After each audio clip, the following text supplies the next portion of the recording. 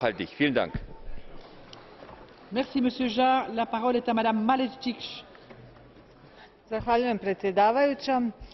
Podržala sam ovo izvješće jer je cilj smanjenje emisije stakleničkih plinova sukladno mjerama koje su propisane strategijom Europa 2020, određivanjem cilja do 2025. i poticanjem istraživanja i inovacija u automobilskoj industriji promiče se zeleni rast, stvaranje radnih mjesta i jačanje međunarodne konkurentnosti europske industrije. Sve propisane mjere u skladu su s planom za prelazak na konkurentnu niskougljičnu ekonomiju do 2050.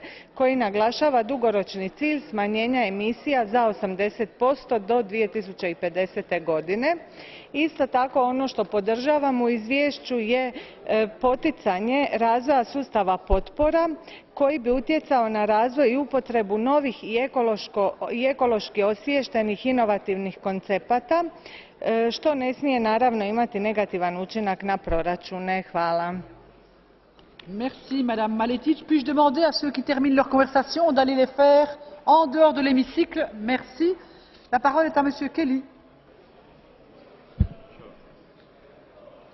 Gomagudukron viasaram takek tahut dan tuskal shagas vortal me grupa is na voti ata aun agus kandauta beta tunskal